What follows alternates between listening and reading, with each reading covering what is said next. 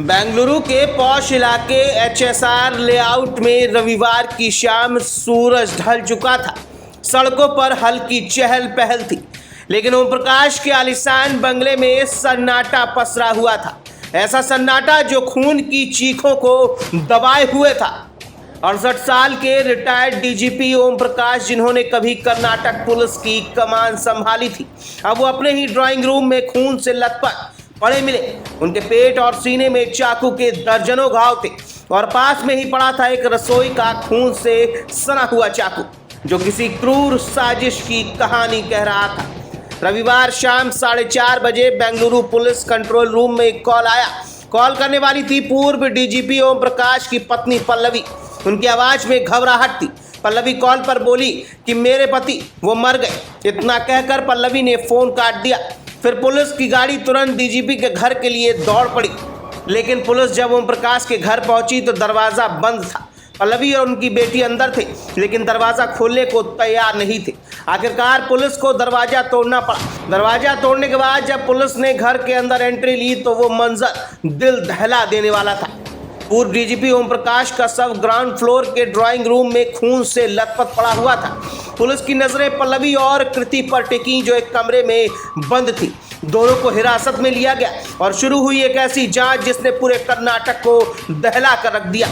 Karnataka police ने ओम प्रकाश के बेटे कार्तिक की शिकायत पर पल्लवी और कृति के खिलाफ हत्या का मामला दर्ज कर लिया है।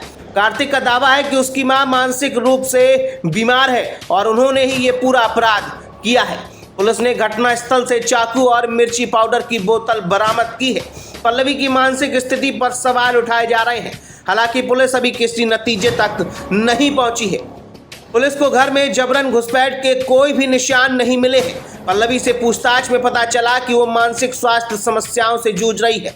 पुलिस को यह भी पता चला कि पल्लवी ने कुछ समय पहले एचएसआर लेआउट पुलिस स्टेशन के बाहर धरना दिया था, क्योंकि उसकी शिकायत दर्ज नहीं की जा रही थी। लेकिन उसकी शिकायत थी एक अभी भी रहस्य बना हुआ है। दूसरी तरफ उसकी बेटी, जो घटना के समय घर पर ही थी, पुलिस की दूसरी संदिग्ध थी। पल्लवी ने दावा किया है कि कृति एक अलग कमरे में बंद थी जब ये पूरी वारदात हुई।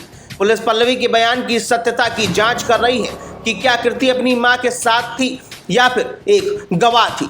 इन सब सवालों के जवाब तलाशने के लिए पुलिस ने दोनों मां बेटी से करीब 12 घंटे तक पूछताछ की। आपको बता दें कि 1981 बैच के आईपीएस अधिकारी ओम प्रकाश बिहार के चंपारण जिले के रहने वाले थे।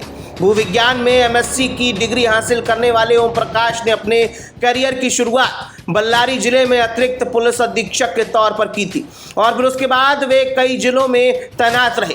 लोकायुक्त, आपराधिक जांच विभाग और अग्निशमन सेवाओं में डीआईजी के रूप में उन्होंने अपनी छाप छोड़ी।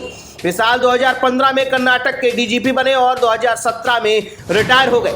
बेंगलुरु में 2013 में भाजपा मुख्यालय बम ब्लास्ट में उनकी अहम भूमिका थी, लेकिन रिटायरमेंट के बाद उनकी जिंदगी इतनी शांत नहीं थी जितनी बाहर से देखी जा रही थी। सूत्रों के मुताबिक ओम प्रकाश ने अपने करीबी दोस्तों से जिक्र किया था कि उनकी जान को खतरा है। लेकिन अब सबसे बड़ा सवाल ये उठता है कि आखिर ओम प्रकाश की जान को खतरा किससे था। और सवाल यह भी है कि क्या ये हत्या संपत्ति विवाद का नतीजा थी या फिर इसके पीछे कोई एक बड़ा षड्यंत्र था। फिलहाल पुलिस जांच में जुटी है, पोस्टमार्टम रिपोर्ट आने का इंतजार कर रही है। अब देखने वाली बात यह होगी कि किस तरह से इस पूरे हत्याकांड का खुलासा होगा। अब आपकी इस खबर पर क्या कुछ राय है, हमें कमेंट बॉक्स में कमेंट करके जरूर बताएं। Bureau report, the leader Hindi.